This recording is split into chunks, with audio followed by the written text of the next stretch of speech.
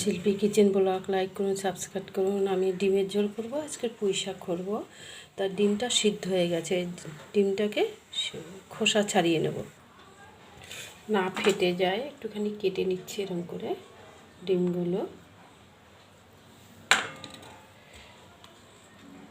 এবার নুন হলুদ দিয়ে দিচ্ছি।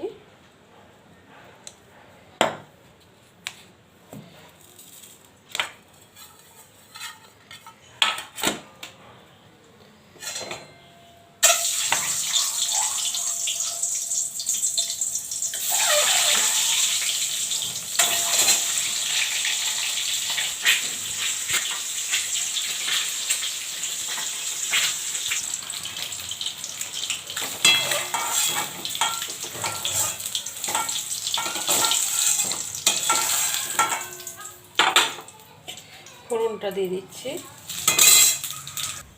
মশলাটা দিয়ে দিচ্ছি। এখানে পেঁয়াজ, রসুন, আদা, লঙ্কা, জিরের গুঁড়ো সব আছে। নুন দিয়ে দিচ্ছি পরিমাণ মতো, হলুদ দিয়ে দেবো। এবার নাড়বো, ভালো করে কষাবো। এর মধ্যে টমাটোও আছে, একসাথে পেস্ট করে নিয়েছি আমি।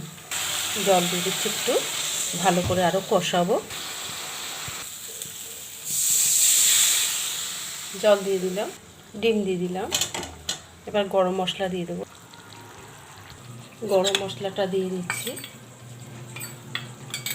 হয়ে গেছে, তুলে দেবো।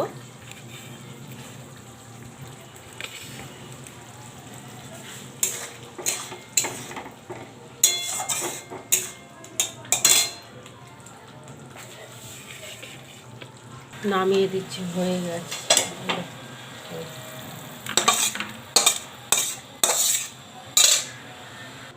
ডিমের ঝোলটা হয়ে গেছে।